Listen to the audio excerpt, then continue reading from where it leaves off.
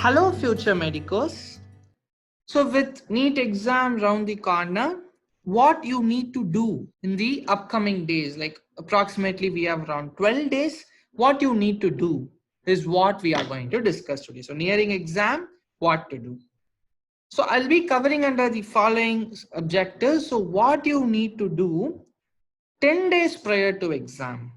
So I am going to fix these dates like from September 1 to September 10 what you need to do and what you need to do day before exam. So that I'll be just including September 11 and September 12.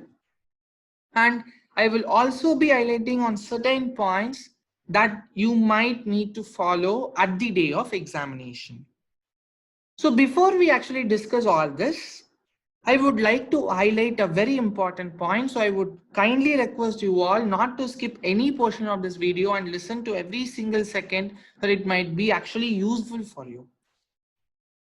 So the phone calls that I receive from parents and students of NEET aspirants is that if suppose student fails to do his or her best at 1 or 2 mock tests, they come up asking us, is this the right year for my daughter or son to give exams? He or she is not prepared. She has lost confidence. She is really frustrated about herself. So there are so many negative comments that actually I receive from both parent side and student side. Will I be able to do? I have got only so much marks in my mock test.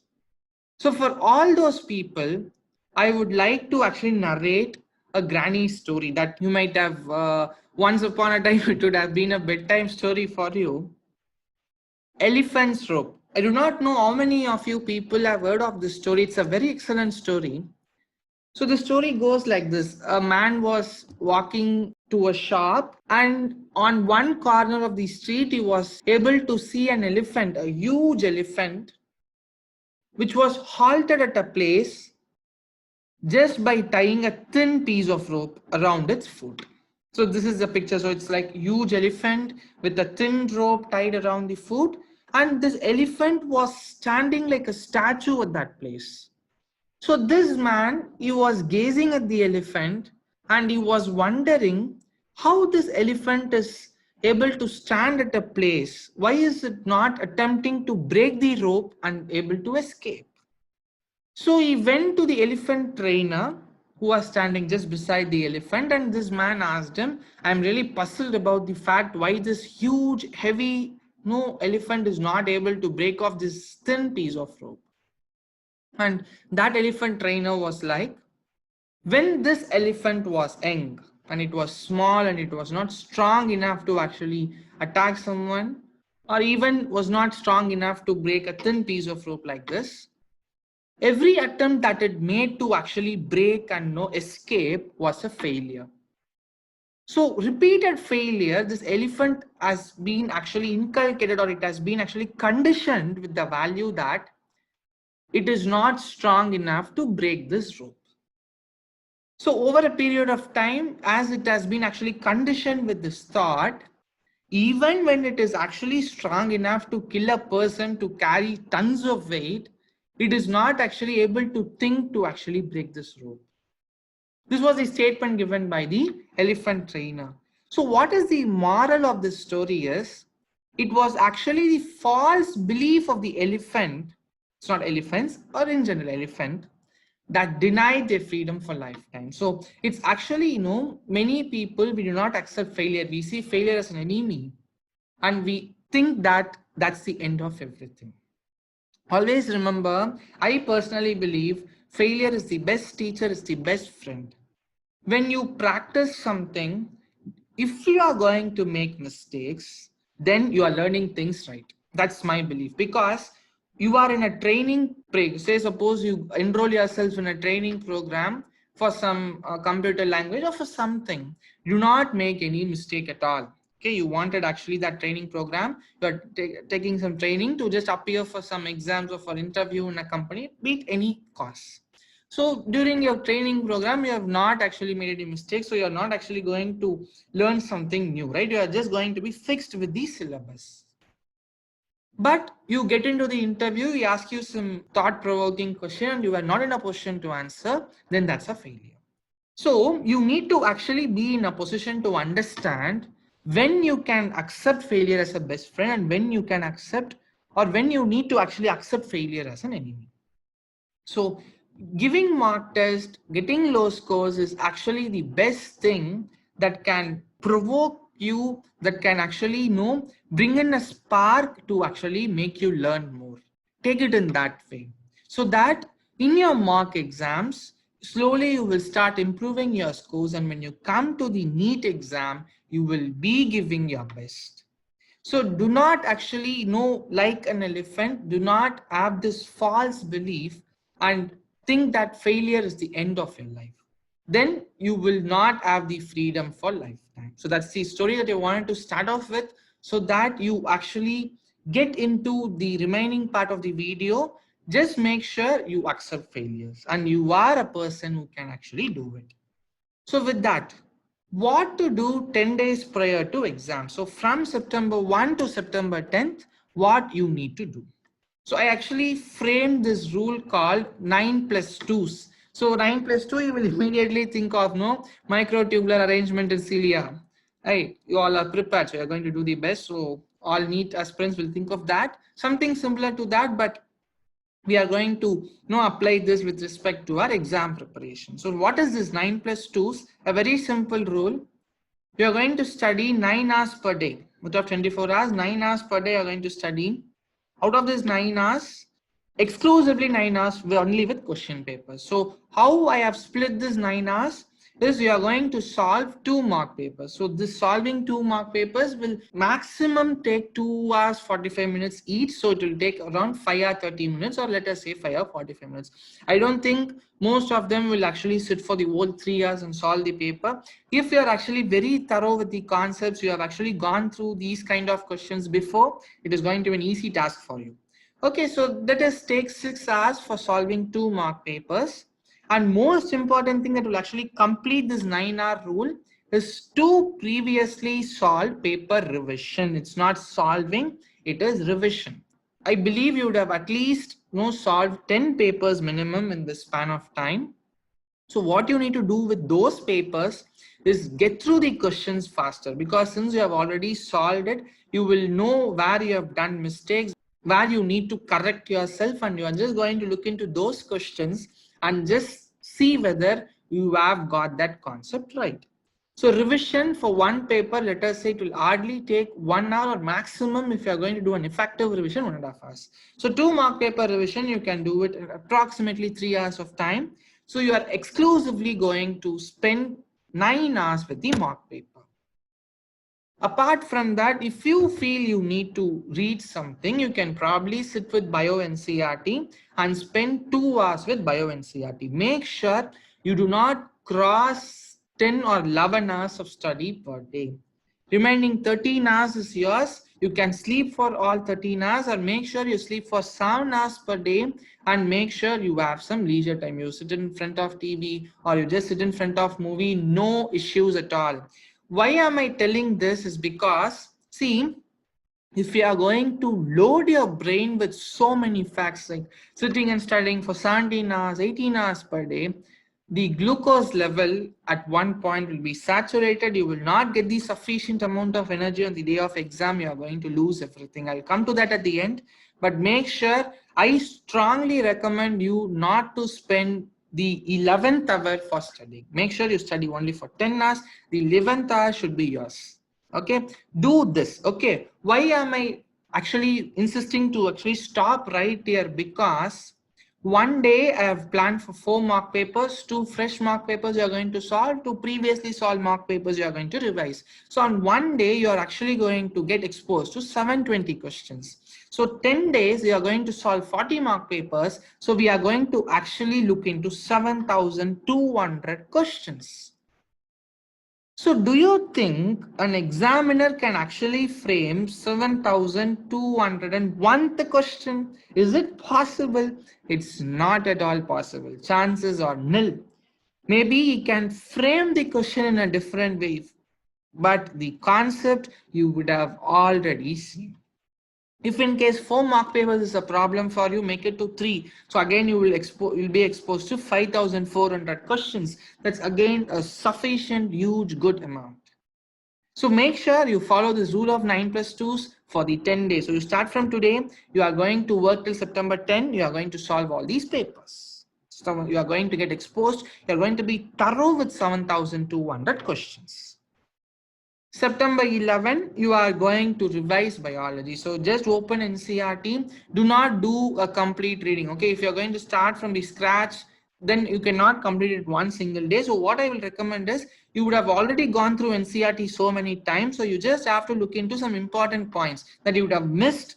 Okay, that you'd have gone wrong during your mock exams and all that. So just look into that prioritized points. I would have told in my interview video, just make sure you actually differentiate the textbook into what you have already known, what you have learned by committing mistakes. So that's the point that you must actually revise once more. And most important thing, what to do day before exam. Many people will think that I will do this. The day before exam, you sit with all reference books. Room will be, no, actually, you will be, it's not that, no, you are going to occupy the room. The books are going to occupy the room and you're just going to be a part of it. It will be like that the day before exam, to be very honest. But is it an healthy practice? Absolutely no. Why? Because you would have heard people saying, please do not do a last minute reading, you will forget things. And you people will think that's a traditional advice. It's not actually traditional advice. See, you give some input to your brain, that input has to be processed by the brain. So you actually have to give some good amount of time for the brain to process the input. That's why people actually recommend a good amount of sleep at least the day before exam, so that time you are giving for the brain to actually process the input. And already processed input that you would have already studied, that's the already processed input, it has to actually mix with the new input. So all these complicated process will actually need a good amount of time. So if you are going to continuously give input till the last breath of your exam, it's of no use. Let me tell you, already processed input will also come out as an output. So you are not actually going to have a good output. Okay, good output is in your exams. So I will strongly recommend you to fix your deadline on September 12th as 5 p.m. Not even more than that. Not even a second more than that you need to spend with your textbooks. Have it as 5 p.m. If you are going to have a deadline less than 5 p.m., I am the most happiest person.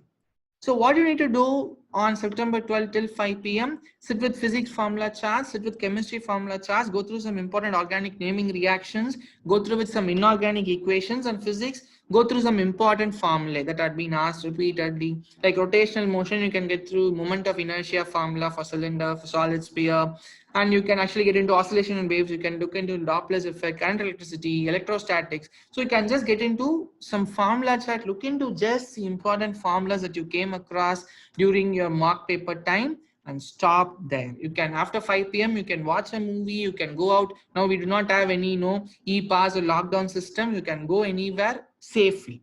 Okay, just sit within the vehicle. Do not step out. You can just wander within the vehicle however you want. Okay, it's better you stay home, get to see some movies, chat with family, plan how you need to actually have your lockdown after September 13 and all that. But kindly do not study after 5 p.m. That's my advice. And at the day of exam, I just have some information to tell you. The first and foremost thing that I want to tell is OMR filling. When I gave my NEET in 2018, in my room, there were 2 candidates who actually label the markings wrong.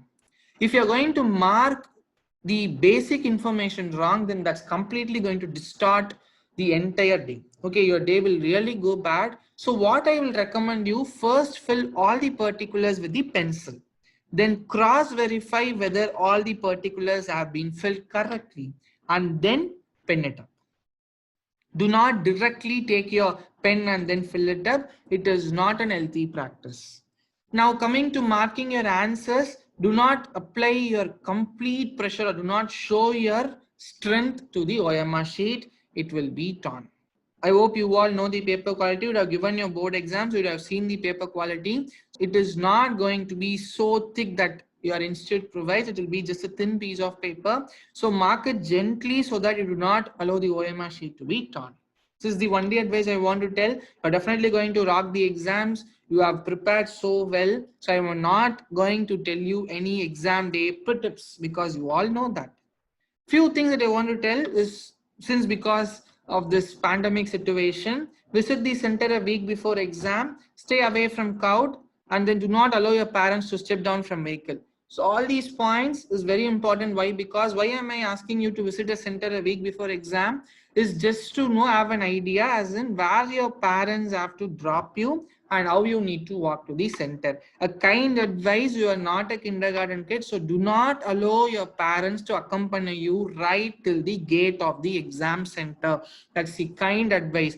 I know you guys are smart enough, you will not ask your parents, but your parents will actually emotionally attack you and tell, let me come till the exam gate. That's the no, that's the attitude of the parents. It's like that affection that they wanted to pour, that no, that's a moment where no, actually parents will try to say that we are there for you, do your best, you will do your best. So that's kind of an emotional, a very good parents attitude. But that this present situation, it is not healthy. Okay, so do not allow your parents, that's why I've put this as a very important point, do not allow your parents to step down from the vehicle. Ask them to wait at the same place where they dropped you, and you just go and get there after your exams. Do not no step down. Ask your parents to step down. And even once you give your exams, I know you all will give your exams better. So just do not come out of joy. Just do not rush in the crowd and no just bang everybody and come out. Stay calm, stay away from the crowd as much as possible. See to that you do not come in contact with any person there. This is the thing that I want to tell you. So in the end, let me just again narrate you a small story and we will end the session. I hope it was useful. This story I just wanted to tell. This is a story of a man and a donkey. So both were walking in a forest. Unfortunately, this donkey fell into a pit. This man, he tried all his efforts get out the donkey out of it, but all his strenuous efforts went in vain. So what he did, man thought, let me not allow the donkey to die due to starvation. Let me bury it alive so that it dies soon. So what he did, he started pouring out soil into the pit. So ultimately what will happen, since the donkey is inside the pit, all the soil will actually come and fall on the donkey's hump. So donkey felt it as a load, and what he did, it's just shook his body. So as a result, what happened, all the soil actually came down onto the ground. So what this donkey did, slowly it started putting steps on this soil, and at one point it actually stepped his foot on the ground. Man thought of burying the donkey alive by pouring soil, but this donkey actually took that as an opportunity and it stepped on the ground. So what is the moral story is, don't choose to live with your problem. Just shake off your problems and stand on it. This is the only thing I want to tell, because everybody, any exam going student or a professional will have this problem. Some frustrations, disappointments, lack of confidence, lack of sleep. There'll be so many things. And even you all might think, this Karthikeyan would have been so positive. You won't believe I was studying biology till 7 a.m. on May 5. I still remember that. I wanted to leave my home by 7:30 till 7 or 7:15. I was with my NCERT textbook. I was carrying the textbook in my car till I reached the center. So that was my attitude, and that I actually faced for it. I got it in return. Why? So what I would like to say is, if you come across a problem, talk to people, talk to your parents or talk to your friends or talk to your teachers. No, they are the best people who you can actually with whom you can share your problems, because they would have been with you throughout your educational program. So they know where you go wrong and where you can actually correct it, how you can correct it. Just talk to them, tell them that I have this issue, I am facing this, please help me out. If you are just going to tell them, it is going to be fine. So just do not choose to live with that. Okay, I am this person. I can only do this. I am not fit for cracking NEET. Do not sit with that problem. Just like a donkey, shake off that problems and stand on it. You need to face that. Definitely, you are going to come up in your life. I do not believe in this concept called slow learner. I cannot do this. I can only do this. I do not believe in all this. People do not actually appreciate my thoughts, but it's very true. See, everybody has got 1400 cc of brain, but which means everybody can do it. It's like how you train your brain, right? That's what matters. It's not if a person thinks he's a slow learner throughout his life, he'll think he's a slow learner, like an elephant. But you should be like a donkey, shake off all that and come up. So I hope it was a good session. I hope it would have given you some boost, and I wish you all best of luck for your exams and have a safe exam, and definitely you are going to do your best. You are going to come out with the best results, and you are going to be the best doctors for the future world. With this note, I would like to thank you all for listening to this video with patience. If you have any doubts, you can post it on the comment section. I will be pleased to help you. Thank you.